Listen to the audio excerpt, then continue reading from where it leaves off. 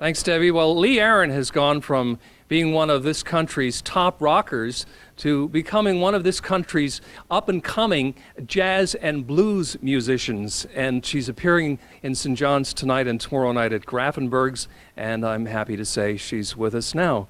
And Lee, tell me, were you at all concerned about the effect this might have on your career, going from being a rocker to a jazz musician? That is not really something that I thought about when I made the decision that I wanted to start singing this style, a different style of music.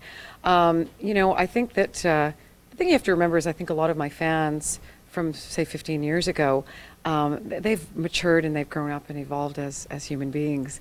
And what I find is a lot of fans that really enjoyed my former work are coming out to the new shows, and they're looking for more sophisticated things to listen to now as well, and they get to rediscover the Lee Aaron of their younger years. And I'm doing something musically that suits their lifestyle now, and so that actually has worked out quite well. And there's a whole other contingent of people that sort of remember my name but don't really remember what I did in the, remember me that well from the rocker years, that just like what we're doing now, what I'm doing now, and like what, in my band. And so that's been great. So no, it really wasn't that big of a concern for me. I think that sometimes you just have to make decisions that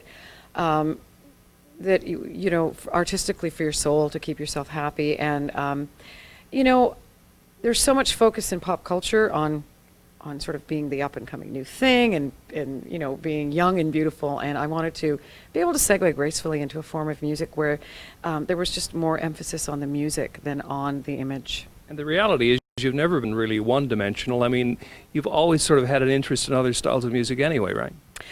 Yes, I have. A lot of people aren't aware of the fact that I actually started out in my formative years singing like Rodgers and Hart and Gershwin and music by the Tin Pan Alley writers in theater productions. I was very involved in theater arts programs when I was younger, and that's really where I got my if you can call it any type of formal training, was in that type of environment. Great. Well, I can't wait to hear you perform.